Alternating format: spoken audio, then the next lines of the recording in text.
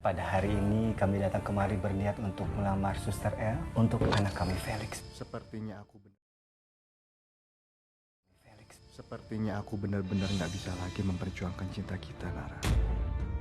Selamat ya. Semoga kamu bahagia sama Felix. Udah. Nara, kamu di mana?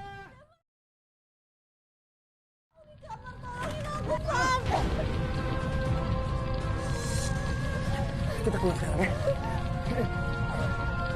Assalamualaikum warahmatullahi wabarakatuh. Halo guys, berjumpa lagi bersama Bang Mimin, yang dimana Bang Mimin akan memprediksikan alur cerita sinetron Suster L untuk episode selanjutnya. Tapi sebelum lanjut ke prediksinya, Bang Mimin akan sedikit mengulas terlebih dahulu guys. Di pembahasan yang pertama memperlihatkan keluarga Pak Benny datang ke rumahnya Suster L dengan tujuan untuk Felix melamar Suster L. Singkat cerita, saat Suster L sedang berada di rumah sendirian, di situ ada yang berbuat jahat kepada Suster L. Bang Mimin prediksikan itu semua ulahnya Osman dan Gina. Terlihat Suster L yang berada di sekeliling api guys, karena rumah Suster L dibakar. Tak lama kemudian Depan datang untuk menyelamatkan Suster L. Di adegan yang lain juga memperlihatkan Depan sedang berada di rumah Suster L, karena Depan mau meminta maaf kepada Suster L setelah ia tahu bahwa yang membunuh orang tua Suster L adalah Pak Benny.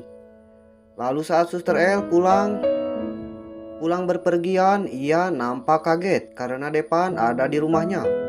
Lalu Suster L berkata bahwasannya untuk apa Depan ke rumah Suster L. Depan berkata bahwasannya ia meminta Suster L untuk tidak pergi dan menjauhi Depan. Lalu Suster L menjawab bahwa Suster L tidak mau bertemu lagi dengan orang yang ada hubungan darah dengan Pak Benny. Lalu Depan meminta maaf kepada Suster L dan berkata bahwasanya Depan tidak bisa untuk menjauhi Suster L karena Depan ingin menebus semua kesalahan papahnya. Ia ingin membahagiakan Suster L dengan cara mau melamar Suster L. Namun Suster L menolaknya guys, karena ia masih kecewa kepada Pak Benny. Di lain waktu juga saat Depan ke rumah sakit untuk mengecek kondisi Pak Benny, di situ Bayu menghampirinya. Lalu Bayu meminta Depan untuk menjauhi Suster L. Lalu Depan berkata kepada Bayu bahwasannya bukan saatnya Bayu untuk membahas masalah itu di situasi yang seperti ini.